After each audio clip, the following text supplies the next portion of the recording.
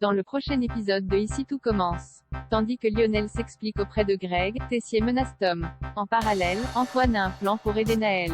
Attention, les paragraphes qui suivent contiennent des spoilers sur l'épisode d'Ici tout commence diffusé lundi soir sur TF1. Si vous ne voulez rien savoir, ne lisez pas ce qui suit. Lundi 6 septembre dans Ici tout commence. Lionel s'explique auprès de Greg. Stéphane reçoit une bonne nouvelle puisqu'il a été embauché en tant que vigile à l'Institut. S'il est emballé à l'idée de débuter dans ses nouvelles fonctions, Lionel refuse quant à lui de retourner à l'école de peur que Greg l'ait dénoncé au proviseur. Convaincu qu'il a gardé le secret, Stéphane pousse son fils à retourner à l'Institut, d'autant que son absence pourrait paraître suspecte aux yeux de ses camarades. Avant le début des cours, Antoine réunit les étudiants pour les informer que la sécurité de l'établissement a été renforcée. Il leur présente alors Stéphane puis les encourage à aller le voir à la moindre inquiétude. Tandis que le vigile promet à Elliot qu'il n'a plus de crainte à avoir, Greg lance que le mal a déjà été fait. Plus tard, Stéphane questionne Greg pour savoir ce qu'il compte faire concernant Lionel et joue la carte de la culpabilité pour l'empêcher de parler. Voyant que cela ne fonctionne pas, il le supplie de laisser une chance à son fils de s'expliquer au nom de leur amitié. Contre toute attente, Greg donne rendez-vous à Lionel dans la salle commune où ils ont une discussion à cœur ouvert. Ce dernier évoque donc les maux dont il souffre depuis tout petit et raconte qu'il brûle des choses pour faire passer ses nerfs ainsi que sa colère. Même s'il était parvenu à maîtriser ses pulsions jusque-là, l'anniversaire de la mort de sa mère a provoqué une nouvelle crise. Compréhensif, Greg lui reproche cependant de ne pas avoir saisi la gravité de la situation et surtout d'avoir mis plusieurs vies en danger. Tandis qu'il cherche à comprendre pourquoi il n'a pas essayé d'éteindre le feu, Lionel répond que face aux flammes il ne peut rien faire. Quand Greg l'incite à se dénoncer, Lionel rétorque qu'il refuse de mettre en péril sa carrière puis jure qu'il peut encore changer. Malheureusement, Greg s'en moque et menace de révéler la vérité à sa place s'il venait à garder le silence.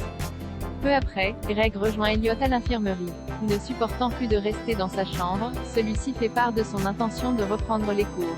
Greg trouve que c'est un peu tôt mais Constance accepte à condition qu'il fasse attention. Comme il est déterminé à recouvrer le goût et l'odorat au plus vite, Elliot décide également de se passer de sa bouteille d'oxygène. Il s'empresse alors d'aller en cuisine où il prépare une lotte pour le cours de la chef Dino mais c'est un véritable échec.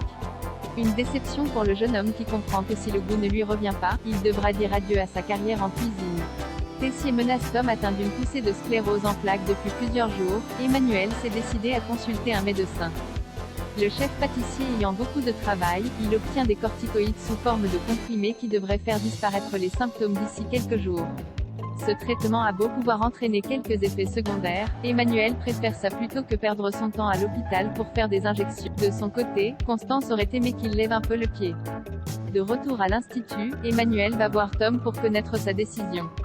Tandis que le jeune homme compte rester à l'Institut grâce à ses talents, Tessier lui fait du chantage et menace de détruire sa carrière s'il n'accepte pas le marché.